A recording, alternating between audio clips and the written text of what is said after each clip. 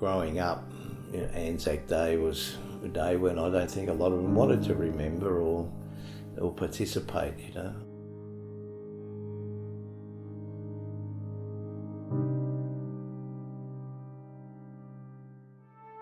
Watcham is a small town between Donald and Birchip on the Sunraysia Highway, small country town, mostly farming. My dad was born there, my mum was born at Birchip. Mum and he got married 1947, I think it was.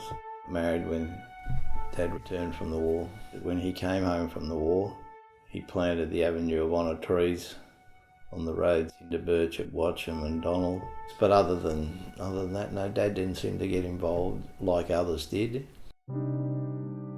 When you hear of stories of blokes signing up at 18, 19 and 20, well, Dad was 27, I think. We know he went to Borneo. I think it was 3 years, I think he might have been there. A lot of the time we asked questions that related to black and white photos which we found. Talking about it, very seldom spoke about it. It just wasn't talked about, it was simple as that.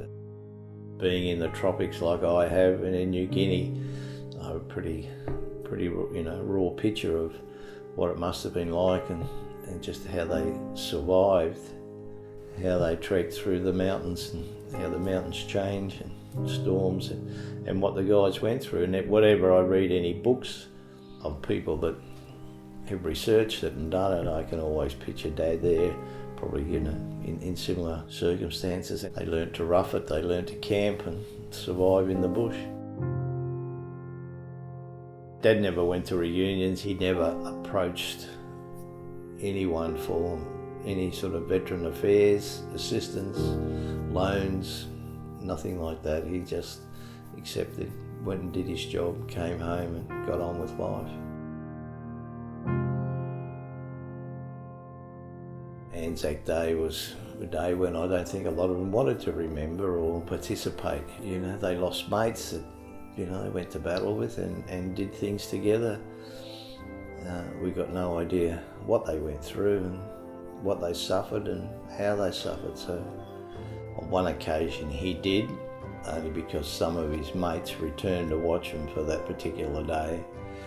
And I recall they celebrated afterwards at the bowling club facilities and came home quite drunk with his mates, and Mum Julie headed us kids outside and put them to bed, all his mates. So that probably was the only time I remember Dad marching.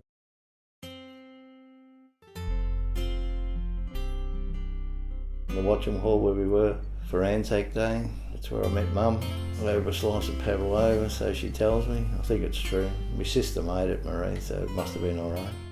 6 of the Curtis children assembled there in memory of Dad. It was lovely to roll up and see a lot of other family members there from the past.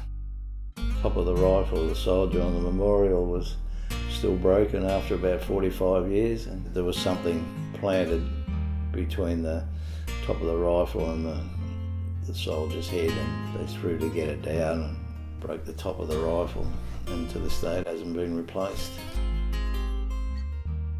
They unveiled the ANZAC sign, which I thought was something quite special, and I think the thing that really impressed me the most was playing of the New Zealand anthem as well as the Australian, because that's what ANZAC represents, Australia and New Zealand. So to me that was quite special. I think it's important for every municipality that a little town that they have some sort of a memorial and get together and celebrate ANZAC Day, because there's definitely someone from every area that went to war. Because people, as we grew up in that, people never talked about it. It was just taboo, whereas now there is a lot more research gone into it, whether it be in the media or on the internet. There's a lot more being found, being exposed. People are studying it and learning more about it and doing the history, and probably makes people think towards what did take place.